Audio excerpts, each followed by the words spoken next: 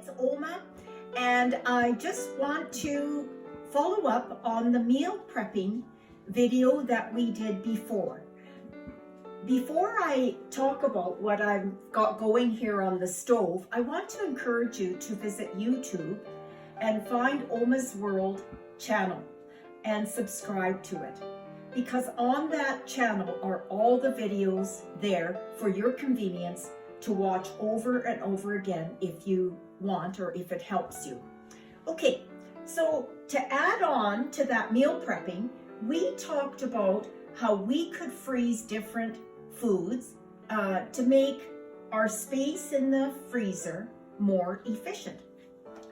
I talked about soups, how I put them in Ziploc bags and laid them on cookie sheets, and when they froze, they were nice and flat and they were stackable this way or even this way. So I decided I would get 2 bags of beef soup bones and cook them down today. In the freezer, those bones were a bag like this, a bit clunky, taking up a lot of space. But if I cook them down, I can even just freeze the stock. I don't have to make the soup today, and freeze that stock in portions, like I showed in my other video, for my convenience later. And it's going to take up less space in my freezer. Remember, I'll date it as well. Okay, so what I have going here is this. I decided I'd take 2 bags out of soup bones, and you can see I have 2 stock pots going. And sometimes people say, well, how do you know how much water? Well, it's not fussy. So this is pretty much done, so I can turn it off. And in here, I'll show you, I have about, well, here's one little bone. There's one, but I've got about 6 soup bones in here. And they're all of different sizes. See, look at that one's nice and big. And I'll cook them. I'll bring them to a boil and simmer them for about 3, even 4 hours. It's not fussy how long. You can see about how much water I guessed. And I prefer, if I can, to leave my soup bones sitting in there overnight, because it's just going to draw more flavor from those bones and give your stock so much flavor. Before I put those bones in my stock pot, I rinsed them off.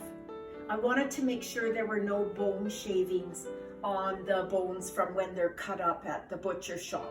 So I always rinse them, and then I put them in here and I just filled it with water. That's all I did, and cooked them down.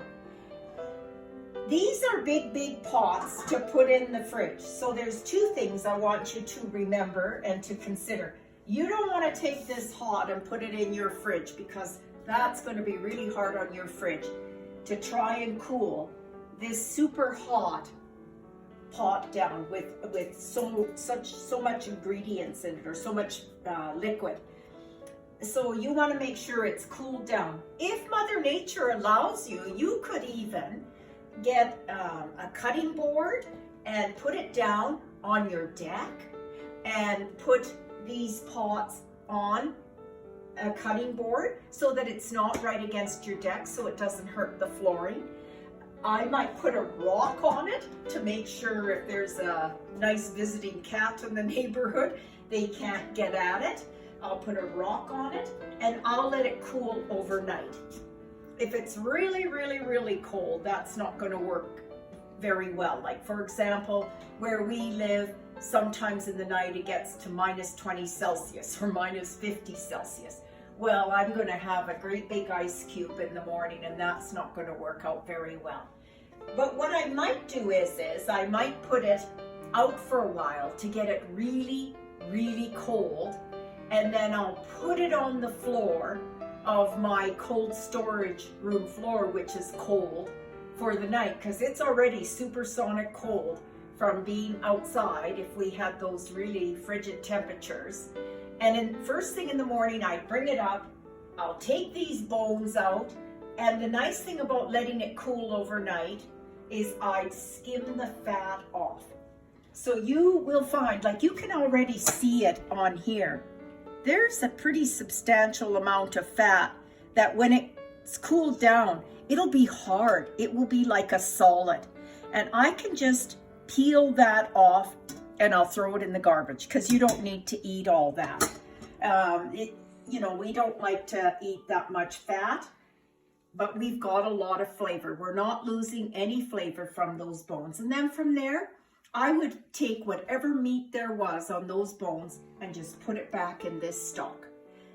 So then after that, I can put it in my Ziploc freezer bags and I can lay it on those cookie sheets and freeze it. I don't have to make soup all at once. I can just freeze the stock, and that would be so super handy if I came home one night and I thought, oh, we'll just have soup. In the morning, I could take out that frozen bag of soup stock and I could make my soup when I get home. So just a little tip on how to cook down these beef bones and how to set yourself up for success for meal planning throughout the weeks. This is good, healthy eating. You can add whatever vegetables you want to it. There are herbs you can add and different spices. It's unlimited what you can do with a soup stock. And I encourage you to Google different herbs and spices and what is really friendly with beef and experiment, because some of them bring such beautiful flavor to your soups. Okay, I hope you've enjoyed this and I hope you get great success with your soup stocks. Thank you. Bye.